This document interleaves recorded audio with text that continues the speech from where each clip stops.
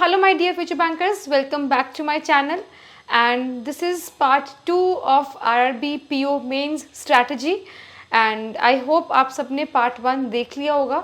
I have tried my best कि मैं आपको गाइड कर पाऊँ. कॉन्ट और जीए हमने उसमें कवर कर लिया था. Now we will start with English. English is one of the subjects जो आपको RRB PO प्रीलिम्स में नहीं आता बट मेंस में आता है और इसीलिए मैं आपको पहले से आई हैड सजेस्टेड यू कि आप इंग्लिश को नहीं छोड़ना. ठीक है, जो एस्पिरेंट्स हैं, जो बिगिनर्स हैं या फिर जिनकी इंग्लिश अच्छी नहीं है, you guys need not to worry. English के साथ यहाँ पे हिंदी का ऑप्शन भी आता है तो आप हिंदी को ऑप्ट कर सकते हो. There is an option to choose Hindi as well. ठीक है, तो अभी मैं इंग्लिश का बताऊंगी. हिंदी का मतलब जो भी आपका सिलेबस है यू कैन कवर दैट और मॉक टेस्ट लगाइए. हिंदी के लिए वही है, मुझे ज़्यादा इन्फॉर्मेशन नहीं है इसलिए मैं मिसगाइड नहीं करूँगी. बट इंग्लिश का I will tell you in a detailed manner. वैसे एक डिटेल्ड स्ट्रैटेजी मैंने अपने चैनल पर शेयर भी करी हुई है बट अभी इंग्लिश में 2 मंथ्स में हम कैसे इम्प्रूव कर सकते हैं I will tell you that. तो हम एडिटोरियल रीड करेंगे डेली बेसिस पर, नंबर 1. नंबर 2, किसी ने अगर 120 रूल्स ऑफ ग्रामर नहीं करे हैं, आज से स्टार्ट हो जाओ. डेली 1 लेक्चर करो. कुछ ही लेक्चर्स हैं, 17 to 18 लेक्चर्स हैं, उनको ख़त्म करो और उनको क्वेश्चंस में इम्प्लीमेंट करो. ठीक है.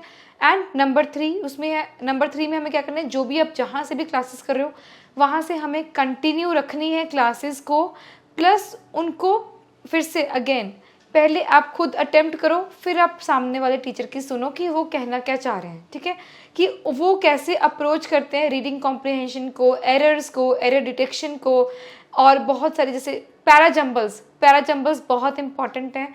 आपको पैराजम्बल्स करने आने चाहिए. I will post a video on that. मुझे बहुत बार ये मैसेज आ चुका है कि पैराजम्बल्स को कैसे करना है. I will definitely post a video very very soon. But आपको इंग्लिश के एक एक टॉपिक को बहुत अच्छे से करना है. इंग्लिश अगर आपने अच्छा कर लिया तो आपके 3-4 चीज़ें अपने आप हो जाएंगी. जैसे रीजनिंग का क्रिटिकल रीजनिंग हो जाएगा, आपका डिस्क्रिप्टिव सेक्शन हो जाएगा. बाकी के एग्जामिनेशन के लिए RRB PO में नहीं आता डिस्क्रिप्टिव, बट बाकी के टाइम के लिए तो आपका हो जाएगा ना. तो इसीलिए इंग्लिश स्ट्रॉन्ग कर लीजिए. अभी हमारे पास अभी भी 2 मंथ्स हैं. ठीक है, उसके बाद तो बिल्कुल टाइम नहीं मिलेगा आपके पास. फिर तो टाइम भागता चला जाएगा, आपको पता नहीं चलेगा कि आपके हाथ से टाइम कब निकल गया और हमने पढ़ाई के ऊपर ध्यान नहीं दिया. हमारे ऊपर ये वाला फेज ना आए इसलिए हम आज से पढ़ाई करना स्टार्ट कर देंगे. ओके. और अगर मैं आपको यहाँ पर एक बहुत अच्छी चीज़ बताऊँ वो ये है कि स्मार्ट किरण ने अपने सारे टेस्ट सीरीज़ के ऊपर फ्लैट 25% ऑफ कर दिया है. If you will use my code TG Max you can avail maximum discount and this is all valid till August 7. मैंने स्मार्ट किरा से टॉपिक वाइज फॉलो किए थे. मेंस के जो टेस्ट सीरीज़ हैं वो मैंने स्मार्ट किरा से लगाई थी. This is the golden period. आप 25% आपको ऑफ मिल रहा है फ्लैट, तो आप अभी परचेज कर लीजिए. और मैंने क्या क्या किया था, मैंने उनकी स्मार्ट किरा ड्रिल्स फॉलो करी थी. उनके मॉक टेस्ट क्विज वाले जो होते हैं ना, करंट अफेयर्स के क्विजेस वहां से मैंने दिए थे. And you can also by that and बहुत हेल्पफुल होंगी. और इंग्लिश का तो स्पेसिफिकली इंग्लिश अगर आपको करनी है तो स्मार्ट किरा से बेस्ट कोई भी प्लेटफॉर्म नहीं है. आप इंग्लिश के सारे इक्वेशन, सारे मॉक टेस्ट, सारे टॉपिक वाइज, सेक्शन वाइज आप वहां से दीजिए.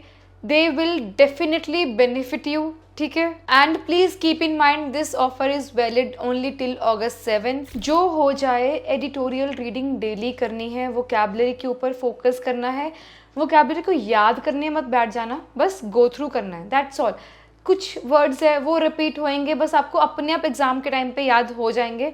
I am with you till the interview, till the final selection. मैं बता दूंगी आपको कि वोकैबुलरी के ऊपर फोकस करना कब स्टार्ट करना है. अभी इन 2 महीने में बस आपको ऊपर से स्कैन करना है, एडिटोरियल अच्छे से पढ़ना है.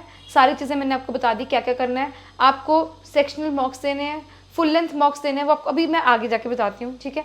Okay, now I will jump to reasoning. Reasoning में ना पैटर्न अभी चेंज हो रहा है. अब अगर पैटर्न चेंज हो रहा है इसका मतलब ये नहीं कि हम बाकी के क्वेश्चंस के ऊपर, टॉपिक्स के ऊपर फोकस नहीं करेंगे. नो, हम सारे अपने प्रिपरेशन फुल तरीके से करके लेके जाएंगे. अभी जैसे मैंने देखा पैटर्न लास्ट ईयर, उसमें मिसलेनियस के क्वेश्चंस बिल्कुल नहीं आए थे, लेकिन हमें मिसलेनियस की प्रैक्टिस करनी है. कोडेड इनइक्वालिटी हो गया, कोडेड ब्लड रिलेशन हो गया, कोडेड सिलॉग्स हो गए. ये सारे टॉपिक्स मैं ट्राई करूँगी कि मैं आपको बता दूँ मैं कैसे करती थी.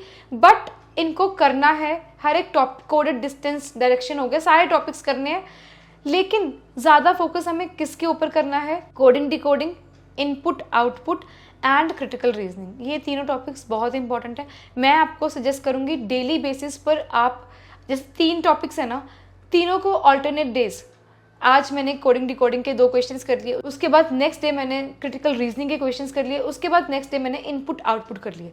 ऐसे 3 के स्लॉट्स बना के आपको क्वेश्चंस करने ही करने हैं। क्रिटिकल रीजनिंग आप कहीं से भी कर लो, यूट्यूब पर पड़े हुए हैं सोर्सेज, प्रीवियस ईयर क्वेश्चंस आप देख लीजिए, बट इन तीनों टॉपिक्स के ऊपर बहुत ज़्यादा फोकस करना है। अब अगर मैं बात करूँ पजल्स और सिटिंग अरेंजमेंट की, मेरे से क्वेश्चंस नहीं होते थे एग्जाम में, मैं प्रैक्टिस करी थी लेकिन इतनी ज़्यादा प्रैक्टिस मैंने करी भी नहीं थी। मैं पूरी, ये मेरी गलती थी कि मैं पूरा फोकस थी मिसलेनियस के ऊपर। वो तो चलो इंग्लिश थोड़ी ठीक थी तो मेरे क्रिटिकल रीजनिंग के क्वेश्चंस हो गए थे, लेकिन मैं आपको ये सजेस्ट नहीं करूँगी कि हमें अपनी तरफ से पजल्स भी करने हैं, सिटिंग अरेंजमेंट भी करने हैं, यहाँ घर पे प्रैक्टिस करनी है। एग्जाम में हो गए तो ठीक है, नहीं हुए तो हम बाकी के टॉपिक्स कर लेंगे, ठीक है। और मैं अज्यूम कर रही हूँ कि आरआरबी पीओ मेंस में तो हमें थोड़े से इजी लेवल के पजल्स डूएबल आएंगे, बट वही है, फिर कट ऑफ वेरी कर जाती है। अब अगर मैं नेक्स्ट सब्जेक्ट की बात करूँ, लास्ट सब्जेक्ट, वो है हमारा कंप्यूटर अवेयरनेस। आप कहीं से भी करिए, नोट्स बनाइए, पीडीएफ मिल रही है, आप पीडीएफ से पढ़िए, लेकिन हमें देखना है कि प्रीवियसली कैसे टाइप के क्वेश्चंस आते थे और हमें किस हिसाब की प्रिपरेशन करनी है। हमें नोट्स अपने से अगर हो पाए तो आपको अपने से नोट्स बनाकर उसके बाद उनको पढ़ना है, थोड़ा सा आपको ज़्यादा याद हो जाएगा। यार 40 मार्क्स का आता है, हम 20 मार्क्स का तो अचीव कर सकते हैं। कंप्यूटर बहुत एक थ्योरेटिकल सब्जेक्ट है, सब कुछ हमें याद करना है। एटलीस्ट 20 मार्क्स का आपको एम करना चाहिए। ये फ्री के मार्क्स हैं। हम अगर एक वीक में 2 दिन में 2 आवर्स, मतलब एक वीक में 4 आवर्स, हमारे पास 4 वीक्स 8 वीक्स है, 32 आवर्स हैं हमारे पास। तो 32 आवर्स में एक सब्जेक्ट छोटा सा कंप्यूटर हम आराम से कर सकते हैं, लेकिन आपको अपनी टू डू लिस्ट में ये लिखना है कि मैंने वीक में 2 दिन 2 आवर्स ईच डे देने ही देने हैं। ये नहीं कि आपने फर्स्ट वीक दिया, नेक्स्ट डे आप नेक्स्ट वीक आप भूल गए, ऐसे नहीं करना। अभी टाइम है यार, कंसिस्टेंटली पढ़ना है, अपनी प्रिपरेशन से खुद को ऑनेस्ट रहना है। कोई आपको नहीं बोलेगा कि तू पढ़ ले, लेकिन जब आपका एग्जाम नहीं होगा तो सब आपको बोलेंगे कि तू तो सारा दिन ऊपर बैठी रहती थी या फिर बैठा रहता था, फिर भी तेरा एग्जामिनेशन नहीं क्लियर हुआ। तो हमें किसी को ये बोलने का मौका नहीं देना है, हमें अपनी प्रिपरेशन खुद करनी है। अब मैं कुछ इंपॉर्टेंट टॉपिक्स की बात करूंगी। मॉक्स, टाइम मैनेजमेंट। मॉक्स को अभी जैसे आरआरबी पीओ मेंस की हम प्रिपरेशन कर रहे हैं, तो हमें मॉक्स देने हैं, सेक्शनल भी देने हैं, टॉपिक वाइज भी देने हैं और फुल लेंथ भी देने हैं। मैं सजेस्ट करूंगी कि आप 2 महीने में ना मिनिमम 6 to 7 फुल लेंथ मॉक्स लगा के जाइए। मैंने अपने एसबीआई पीओ मेंस के टाइम पे 5 to 6 मॉक्स लगाए थे, ठीक है। आपको मैं सजेस्ट करूंगी कि आप मिनिमम बोल रही हूँ, बाकी आपके ऊपर है, ठीक है, मिनिमम 6 to 7 मॉक्स लगाइए। मैंने अपने एसबीआई के टाइम पे स्मार्ट कीड़ा से लगाए थे। It is up to you कि आपको कहाँ से लगाने हैं, जहाँ से आपको कन्वीनियंट लगता है आप वहाँ से लगाइए।